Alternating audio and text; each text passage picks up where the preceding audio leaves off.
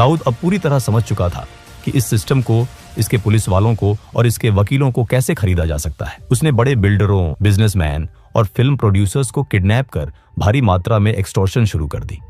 उसने ये सारा काला धन रियल एस्टेट और बॉलीवुड में लगाना शुरू किया। लेकिन वो ये भी जानता था कि मुंबई पुलिस के कुछ जाबाज अफसर अब उसके खून के प्यासे हो चुके हैं और सुप्रीम कोर्ट का फंदा कभी भी उसके गले में कस सकता है। 1985 के अंत तक जब आखिरकार सुप्रीम कोर्ट से दाऊद के खिलाफ अरेस्ट वारंट जारी हुआ, तब तक बहुत देर हो चुकी थी। दाऊद इब्राहिम हमेशा के लिए भारत से फरार होकर दुबई पहुंच चुका था। लोगों को लगा कि अब डी कंपनी का पतन हो जाएगा, लेकिन दाऊद ने दुबई में बैठकर अपने सिंडिकेट को एक मल्टीनेशनल कॉरपोरेशन की तरह चलाना शुरू कर दिया। बड़े बड़े पॉलिटिशियन, बिजनेसमैन और बॉलीवुड के नामी सितारे जब भी दुबई जाते तो दाऊद के दरबार में हाजिरी लगाना नहीं भूलते थे। उसी दौरान फिल्म मैगजीन्स में ये अफवाहें भी उड़ने लगीं कि दाऊद का बॉलीवुड की एक बहुत मशहूर और खूबसूरत एक्ट्रेस के साथ अफेयर है और उनकी एक बेटी भी है। दुबई में बैठकर भी मुंबई पर दाऊद की पकड़ जरा भी ढीली नहीं हुई थी। उसने भारत के हर बड़े स्टेट में अपने एजेंट्स, हिटमैन और शार्प शूटरों का एक बड़ा नेटवर्क खड़ा कर लिया था। रोमेश शर्मा जैसे पॉलिटिशियन से लेकर अहमदाबाद के खूंखार गैंगस्टर अब्दुल लतीफ और यूपी के किडनैपिंग किंग बबलू श्रीवास्तव जैसे लोग अब दाऊद के इशारों पर नाचते थे। मुंबई में दाऊद का सारा काम उसका एक बेहद खतरनाक गुर्गा रमा नायक संभाल रहा था। रमा नायक ने दाऊद के इशारे पर कई लोगों को मौत के घाट उतारा और धीरे धीरे वो खुद को मुंबई का असली बॉस समझने लगा। वही दाऊद ने भांप लिया कि रमा नायक की बढ़ती ताकत भविष्य में उसके लिए एक बहुत बड़ा खतरा बन सकती है। दाऊद ने रमा को खत्म करने के लिए एक बेहद शातिर चाल चली। रमा नायक का एक राइट हैंड था, बाबू रेशम। दाऊद ने पुलिस के अपने घूसखोर सूत्रों का इस्तेमाल करके पहले बाबू रेशम को पुलिस लॉकअप में बंद करवाया और फिर दाऊद ने अपने दूसरे वफादार गुर्गों को भारी पैसा देकर पुलिस लॉकअप के अंदर ही बाबू रेशम का बेरहमी से कत्ल करवा दिया। इसके तुरंत बाद दाऊद ने दुबई से रमा नायक को फोन किया। रमा, बाबू को महेश ढोलकिया ने पुलिस से मिलकर मरवाया है, उसे छोड़ना मत। महेश ढोलकिया एक बड़ा होटलियर था। रमा नायक, जो अपने साथी की मौत से बदले की आग में अंधा हो चुका था, उसने बिना कुछ सोचे समझे अपने साथी अरुण गवली के साथ मिलकर महेश ढोलकिया को दिन दहाड़े मौत के घाट उतार दिया। लेकिन कुछ समय बाद जब रमा को अंडरवर्ल्ड के सूत्रों से सच्चाई पता चली कि महेश ढोलकिया बेकसूर था और बाबू रेशम की हत्या की पूरी साजिश दाऊद इब्राहिम ने ही रची थी, तो वो भड़क उठा। रमा नायक ने बगावत कर दी। उसने दाऊद के उन बिल्डरों और व्यापारियों को पकड़ पकड़ कर लूटना और पीटना शुरू कर दिया जो डी कंपनी को प्रोटेक्शन मनी देते थे। अब से दाऊद को एक पाई का हफ्ता नहीं जाएगा। दुबई में बैठा वो भगोड़ा अब मुंबई का बॉस नहीं है, मुंबई का बाप अब मैं हूं, रमा ने खुलेआम ऐलान कर दिया। रमा नायक की मौत के बाद उसके गैंग और दगड़ी चौल की कमान उसके सबसे वफादार और खूंखार साथी अरुण गवली के हाथों में आ गई। गवली जानता था कि उसके गुरु को दाऊद ने ही चालाकी से मरवाया है। अब मुंबई की सड़कों पर डी कंपनी और गवली गैंग के बीच एक ऐसा खूनी खेल शुरू हुआ जिसने पूरे शहर को दहला कर रख दिया। गवली ने सबसे पहले दाऊद के मुंबई के ऑपरेशन संभालने वाले मैनेजर सतीश राजन को मरवा दिया।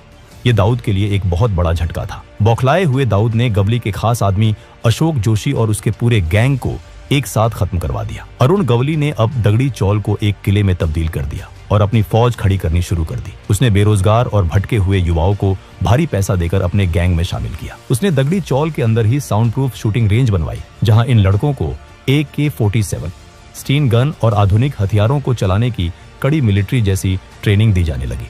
गवली ने दाऊद के मैनेजर महेश चौड़िया को किडनैप किया और उसे बेरहमी से मार डाला। दाऊद ने पलटवार करते हुए गवली के सगे भाई किशोर गवली की हत्या अपने हिटमैन महेश कुलकर्णी से करवा दी।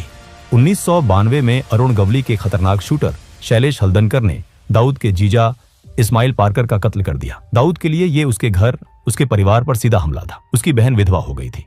दुबई में बैठे दाऊद ने अपने सबसे खास और जांबाज शूटरों को ऑर्डर दिया, मुझे हल्दनकर मुर्दा चाहिए, चाहे वो कहीं भी छुपा हो। शैलेश हल्दनकर उस वक्त एक पुराने हमले में घायल होने के कारण मुंबई के JJ हॉस्पिटल में भारी पुलिस सुरक्षा के बीच भर्ती था। दाऊद के शूटर, जिनमें सुभाष सिंह ठाकुर और सुनील सावंत शामिल थे, AK-47 लेकर सीधे अस्पताल में घुसे। उन्होंने वार्ड में घुसते ही अंधाधुंध गोलियां बरसानी शुरू कर दी। 400 से ज्यादा गोलियां चली। मरीज और डॉक्टर जान बचाने के लिए पलंगों के नीचे छुप गए थे। हल्दनकर को वहीं बिस्तर पर छलनी कर दिया गया और 2 हवलदार भी शहीद हुए। अरुण गवली भी पीछे हटने वाला नहीं था। उसने दाऊद के करीबी राजनीतिक मददगार मौलाना बुखारी की हत्या करवा दी, जो दाऊद के लड़कों को पुलिस से बचाता था। दोनों तरफ से रोज लाशें गिर रही थी। खुफिया एजेंसियां हैरान थीं कि कैसे एक अनपढ़ आदमी जो अंग्रेजी का एक वाक्य ठीक से नहीं बोल सकता, दुबई में बैठकर 5000 से ज्यादा गैंगस्टरों की एक फौज को एक मल्टीनेशनल कंपनी के सीईओ की तरह चला रहा है। दाऊद अपने दुश्मनों और गद्दारों के लिए एक क्रूर तानाशाह था, जो छोटी सी गलती पर भी मौत की सजा देता था। लेकिन अपने वफादार गुर्गों के लिए वो एक दरिया दिल मसीहा था। अगर किसी गुर्गे को गोली लगती या वो जेल जाता तो दाऊद पानी की तरह पैसा बहाता। वो उनके परिवारों का पूरा खर्च उठाता, उनकी बीमारियों का इलाज करवाता। 1992 के बाबरी मस्जिद डेमोलिशन के बाद भारत के हालात बदल गए। पूरे देश में दंगे भड़क उठे और यहीं पर एंट्री हुई पाकिस्तान की खुफिया एजेंसी आईएसआई की। आईएसआई ने दाऊद इब्राहिम में एक अचूक हथियार देखा। आईएसआई के टॉप कमांडरों ने दुबई में दाऊद से कांटेक्ट किया। उन्होंने दाऊद को उसकी सुरक्षा, उसके काले व्यापार को पूरी दुनिया में बेरोक टोक चलाने और उसे हमेशा के लिए महफूज रखने का लालच दिया। इसके बदले में उन्हें सिर्फ एक चीज चाहिए थी, दाऊद का विशाल तस्करी नेटवर्क, जिसका इस्तेमाल करके वो भारत में मौत का सामान भेज सके। दाऊद, जिसके अंदर का मुसलमान बाबरी मस्जिद की घटना से भड़का हुआ था और जिसके अंदर का व्यापारी नया मुनाफा देख रहा था, उसने अपनी देश का सौदा कर लिया। दाऊद ने गुजरात और महाराष्ट्र के समुद्री तटों के जरिए हथियारों और RDX की भारी कंसाइनमेंट भारत में उतारनी शुरू की। उसने अपने सबसे खूंखार और भरोसेमंद गुर्गे टाइगर मेमन को इस नापाक काम की जिम्मेदारी सौंपी। 12 मार्च 1993, मुंबई, वो काला दिन जब एक के बाद एक 12 सिलसिलेवार बम धमाकों ने पूरे शहर को खंडहर और श्मशान में तब्दील कर दिया। बॉम्बे स्टॉक एक्सचेंज की गगनचुंबी इमारत से लेकर एयर इंडिया बिल्डिंग, सेंचुरी बाजार और जावेरी बाजार तक हर जगह सिर्फ खून, चीखें, कटे हुए अंग और काला धुआं था। 250 से ज्यादा बेगुनाह लोग मारे गए और हजारों जिंदगी भर के लिए अपाहिज हो गए। वो दाऊद इब्राहिम, जो कल तक सिर्फ एक स्मगलर था, अब भारत का सबसे बड़ा और सबसे वांटेड आतंकवादी बन चुका था। इन धमाकों के बाद डी कंपनी के अंदर भी दरार आ गई।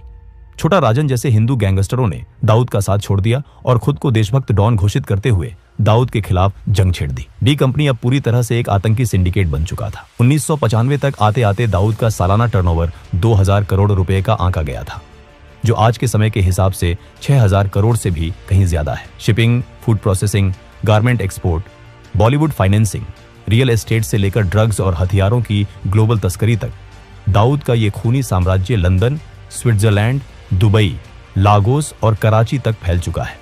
आज दाऊद इब्राहिम पाकिस्तान की सेना और आईएसआई की कड़ी सुरक्षा में कराची के पॉश क्लिफ्टन इलाके में एक कायर की तरह छिपा बैठा है।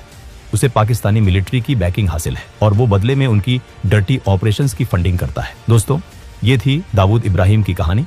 अगर आपको ये वीडियो पसंद आई हो तो इस वीडियो को लाइक जरूर करें और ऐसे ही वीडियोस के लिए चैनल को सब्सक्राइब करना ना भूलें।